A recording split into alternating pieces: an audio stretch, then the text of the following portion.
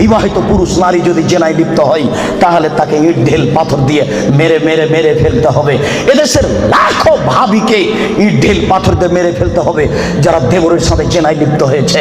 এদেশের লাখো দুলাভাইকে ইট ঢেল পাথর দিয়ে মেরে ফেলতে হবে যারা সেলিকার সাথে জেনায় লিপ্ত হয়েছে।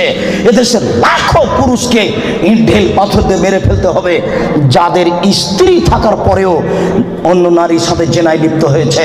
এদেশের লাখো নারী বেহায়া বেশরমা লজ্জাহীনা নারী যারা স্বামী বাড়িতে থাকার পরেও অন্য পুরুষের সামনে নিজের পরনের কাপড় খুলে উলঙ্গ অবস্থায় জেনায় লিপ্ত হয়।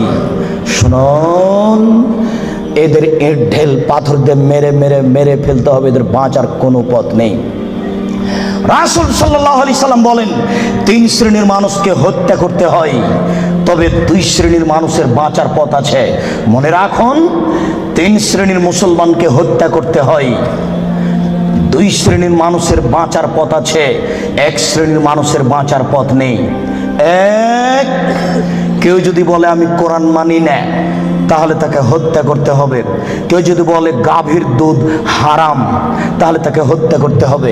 কেউ যদি বলে মদ হালাল তাহলে তাকে হত্যা করতে হবে। সরকারের পক্ষ থেকে গলায় ফাঁস দেওয়া হয়েছে, ফাঁস টান টান, তখন বলছে বলেছে আমার ভুল হয়েছে, আমি কথা ফিরিয়ে নিলাম, তাহলে তাকে আর ফাঁসি দিতে হবে না, নামিয়ে নিতে হবে, বেঁচে গেল। পাপ করেছিল হত্যার যোগ্য। আমি বুঝাতে পারলাম না মনে হয়। 2, কেউ যদি কাউকে হত্যা করে তাহলে তাকে হত্যা করতে হবে, এর নাম কিসাস। এই ছেলে, তোমার দাদার বয়স 90 বছর, তাহাজ্জুদ পড়ে ফজরের টাইমে বের হচ্ছিল মসজিদে নামাজ পড়তে যাবে।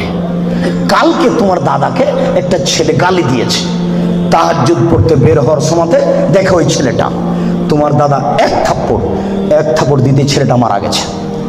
এখন তোমার দাদাকে কেসাস স্বরূপ ফাঁসি দিতে হবে সরকারের পক্ষ থেকে, তবে তোমার দাদার বাঁচার পথ আছে।